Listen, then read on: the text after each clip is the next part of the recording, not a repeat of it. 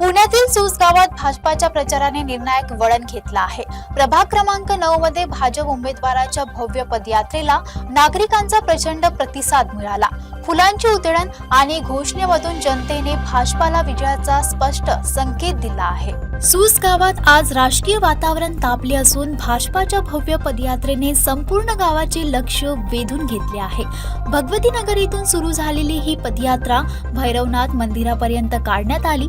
संपूर्ण मार्गावर नागरिकांनी फुलांची उधळण, औक्षण आणि जोरदार घोषणाबाजी करत भाजप उमेदवारांचे स्वागत केले।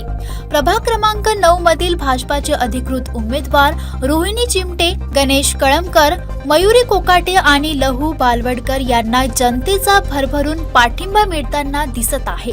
शब्द नाही काम बोलणार या भूमिकेवर ठाम असलेले लहू बालवडकर यांनी पुढील 5 वर्षात विकासाला प्राधान्य देण्याचा विश्वास व्यक्त केला आहे।